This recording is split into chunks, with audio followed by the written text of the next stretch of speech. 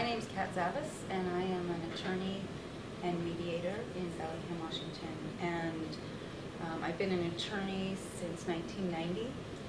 And one of the other things that I do in my work is I share nonviolent communication, and what I also prefer to call actually compassionate communication with people. And so my work is about helping people learn to communicate, collaborate, and resolve conflicts. And the way I came into this work is, well, I was originally a public defender. And I remember distinctly a case when I was literally beating my head against, what felt like to me, beating my head against a brick wall. And I realized I can't do this anymore.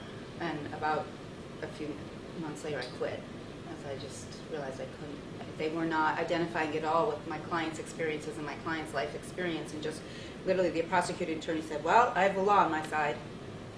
And I thought, yeah, but there's people's lives hanging in the balance here, and that's not all about the law. And so I quit being a public defender and took some time off and actually did some ropes coursework and led kids on ropes courses and just got out of that world. And then this job came up that I applied for to be an attorney at a women's rights organization in Seattle, Washington, the Northwest Women's Law Center.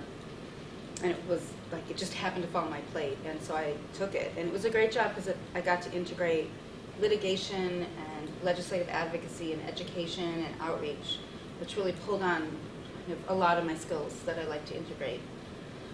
So that was very exciting for me. And then I picked up and moved to Vancouver, BC, and I had my kids in the meantime, and went and got my master's degree in women's studies. And there's validity in everyone having their needs or what's important to them being tabled, being aired.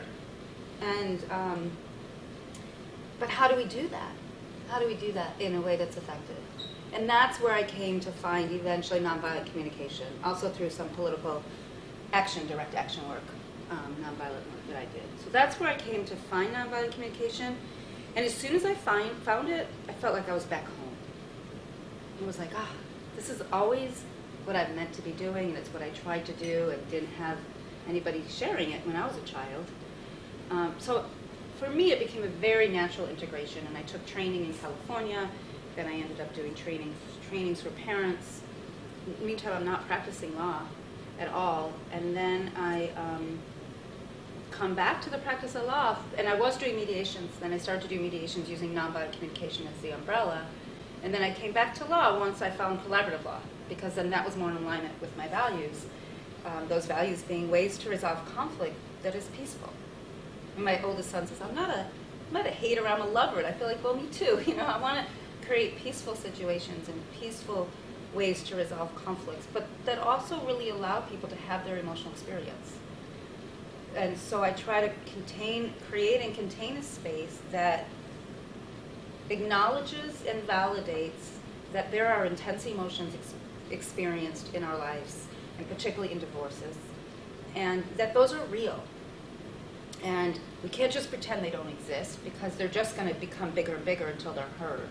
It's like the small child who says, "Mommy, mommy," and mommy's busy and doesn't respond to the child, and then the child just gets louder and louder and louder, and then we get frustrated with the child. And I'm not at all saying mom was wrong.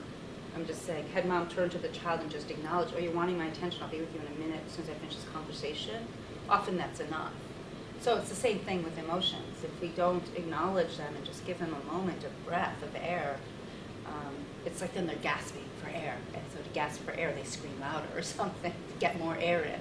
It's not very effective. It doesn't usually get them what they want, but nonetheless, that's what we do. So I share nonviolent communication now, which is really fun for me, with lawyers and other collaborative professionals. And it's this cool blend for me of these different aspects of my life. So it's like I haven't turned my back on the legal profession or my legal career, and instead I've found a way to integrate it into my being and my soul that's really an integrity for me. Nonviolent communication, or compassionate communication, is a way to communicate to build connection. And the way I see it is that the goal of nonviolent communication is to establish connection before we try to find outcomes. So usually what we try to do is create the solution. We have a dilemma, we have a problem. Okay, I want this and you want that. And we engage in this, what we call nonviolent communication, strategy-based negotiation. So I want a red piece, we have a red and orange piece of candy, and you want the orange and I want the red, or we both want the orange. Now we're in this stuck position. So in nonviolent communication, we're going to talk about why is the orange important to you? I mean, it's a silly example, but what is it about orange that's so important? I happen to really enjoy the taste of orange, and actually the taste of cherry is kind of sour. Why is it important to you? Oh, I actually like both equally. I just kind of was excited about the orange one today. So, okay.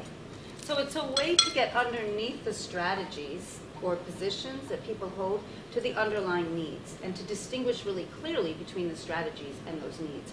So the needs are those universal needs that are important to everyone. And there's kind of a few core ones. Autonomy. So with my son, he wanted to be able to choose what he was going to do and when he was going to do it. Respect. So that, we want to be treated with respect and acknowledged for who we are and what we've done in this world. And everybody is different and does things differently, but we all want to be respected for the role we play in the world and in our lives. We also, appreciation. Acknowledgement and appreciation for the gifts that we bring to the world. Obviously, food, shelter, and water, some of the basic human needs. And then also the need for interconnectedness, that need for connection with others. Our affiliations, the groups that we are, the families, the communities, those are kind of the general categories. And in nonviolent communication, we list under those general categories a whole bunch of other needs. Oh, another general category would be the need for meaning, purpose in our life, to be fulfilled. And then there's the needs that kids always say. If you ask kids what's most important, play and fun, of course. Which is funny when I do it with parents or adults, they almost always forget that need, which I always remind them. And those are the general categories. And so in nonviolent communication, what we try, or in compassionate communication, what we try to do is get in touch with what are the underlying needs that are really driving this dilemma, or driving my own internal dilemma. And so the way I like to think of it is, for me, the first step in nonviolent communication is becoming self-aware of myself, what's going on inside of me, and doing that without judgment. So we call that self-empathy. So self-awareness without judgment. And how do we do that? So somebody says something to me or responds to me in a way that I'm judging myself.